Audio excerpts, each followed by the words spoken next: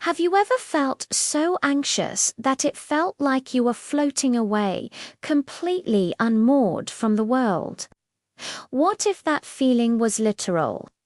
Today, we're exploring a world where your emotions have a direct physical impact on gravity.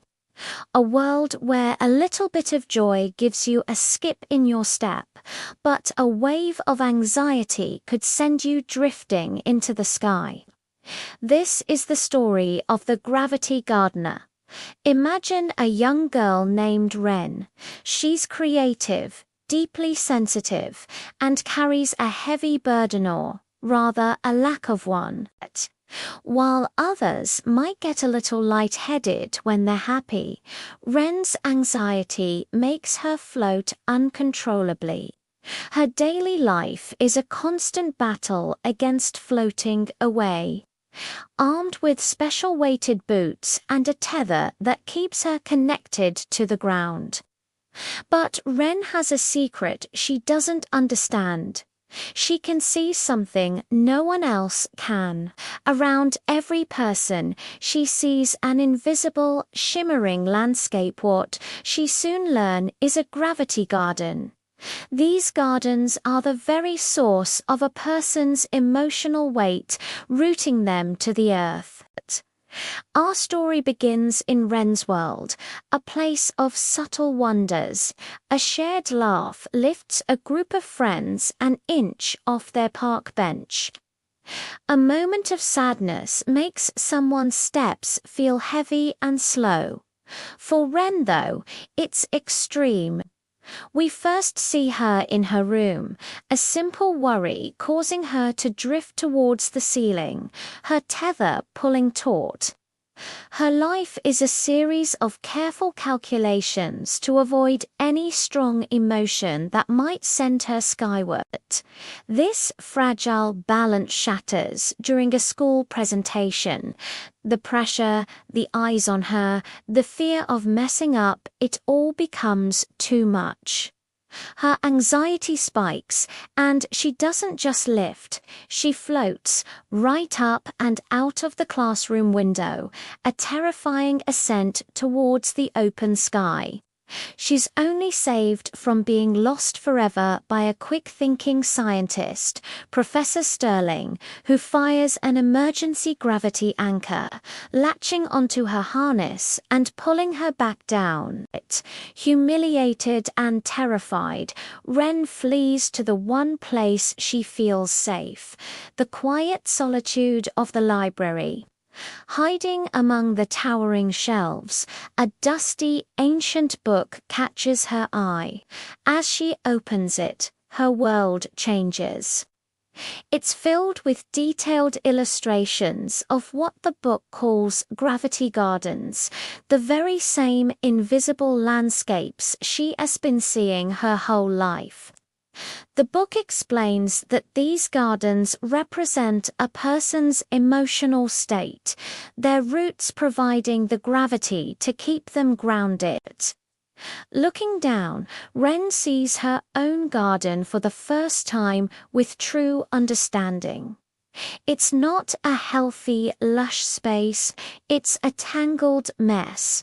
Thick, thorny worry vines choke everything, and brittle, sharp fear crystals cover the ground. It's a garden that provides no stability, no real weight. It's a garden that's trying to let go. For the first time, Wren realizes she isn't just floating. She's untethered because her own emotional roots are dying. This discovery is a turning point. Wren understands that weighted boots and anchors are just temporary fixes. To truly find her footing, she needs to become a gardener. Alone in her room, she decides to try an experiment. Closing her eyes, she focuses with all her might on a single, purely happy memory. A day at the beach with her parents, the warmth of the sun, the sound of the waves. As she holds on to that feeling, she watches in amazement as a tiny glowing contentment blossom sprouts in her garden. For a brief, wonderful moment, her feet feel heavier, more solid on the floor than they have in years.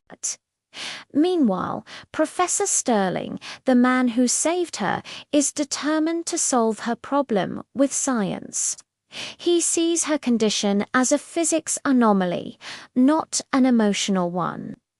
He builds a complex anti-gravity machine designed to force Ren to the ground. But being strapped into the cold, clinical device only makes her feel more trapped, more anxious. As her panic rises, she watches in horror as her garden grows more thorns, the worry vines tightening their grip, and she begins to float even against the machine's force. The experiment is a failure, proving that you can't fight a feeling with a formula. Realizing the scientific approach is a dead end, Ren turns her focus inward. She stops fighting her nature and starts tending her garden. It's slow, difficult work. She learns that deep, steady breathing can act like pruning shears, trimming back the aggressive worry vines. She finds that focusing on comforting thoughts, like the feeling of a warm blanket or the taste of hot chocolate, can gently melt the sharp fear crystals.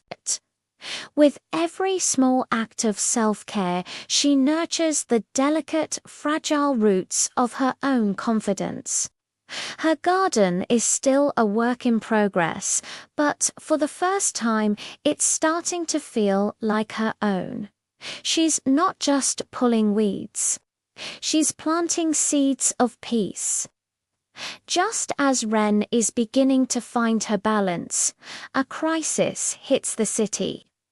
A wave of collective anxiety, sparked by a piece of terrible news, sweeps through the population. Suddenly, it's not just Ren who's floating. Hundreds of people, overwhelmed by shared fear and uncertainty, begin to drift upwards. These are the light ones, people whose own gardens have withered from grief, depression, or loneliness. They float higher and higher, their tethers to the world becoming dangerously thin. The sky begins to fill with people at risk of being lost forever. In the chaos, Ren sees a shocking sight. Professor Sterling, the man of logic and reason, is floating too. His machines are useless against the sudden emergence of his own hidden fears. Faced with a problem he can't calculate or measure, his scientific certainty crumbles, and his own neglected garden lets him go. His feet lift from the ground, his face a mask of disbelief and terror. In that moment, everything clicks for Ren. She can't just save herself, she has to help them. Her own journey has prepared her for this. She floats calmly, this time towards a young, crying child drifting away. Instead of an anchor, she offers a story. She teaches him how to focus on a moment of bravery. And together, they watch a courage flower bloom in his garden, its weight gently pulling him down. She then finds a grieving widow floating in a bubble of sorrow, and helps her plant a memory oak, its deep roots honoring her past while regrounding her in the present. She even reaches the panicking Professor Sterling, showing him how to cultivate acceptance, moss over the parts of his life he couldn't control. She isn't fixing them. She's teaching them to tend their own emotional landscapes. The climax arrives. High above the city, one man, lost completely to his grief, is about to drift beyond the point of no return. His garden has all but vanished. Ren realizes that one garden isn't enough to save him. She calls out to the people she's helped, to everyone who is learning to tend their roots. She has an idea to combine their gardens. Focusing their collective emotional energy, they weave their roots together. The courage flowers, the memory oaks, the acceptance moss, and Wren's own contentment blossoms merge into one massive, vibrant gravity grove. This powerful, shared emotional ecosystem creates a gentle but firm gravitational pull, a beacon of collective hope and resilience that slowly, carefully pulls the lost man back to the safety of the earth. In the end, we see a new Wren. She no longer needs her weighted boots or tether. She walks with a confident, grounded stride. Her own garden is a masterpiece of vibrant, balanced ecosystem where even difficult emotions like sadness and worry have their place, transformed into healthy weight instead of a force that pulls her away. Wren opens the Gravity Gardeners School, a place where anyone can learn to tend their own emotional landscape. And her very first student, Professor Sterling, who now understands that the most important forces in the universe can't be calculated, only cultivated. The city is changed forever. With a new understanding, you can't always control when you feel like you might float away, but you can always learn to grow your own roots. Thank you so much for joining us on this journey through the world of the Gravity Gardener. It's a beautiful reminder that our emotional well-being is something we can actively nurture.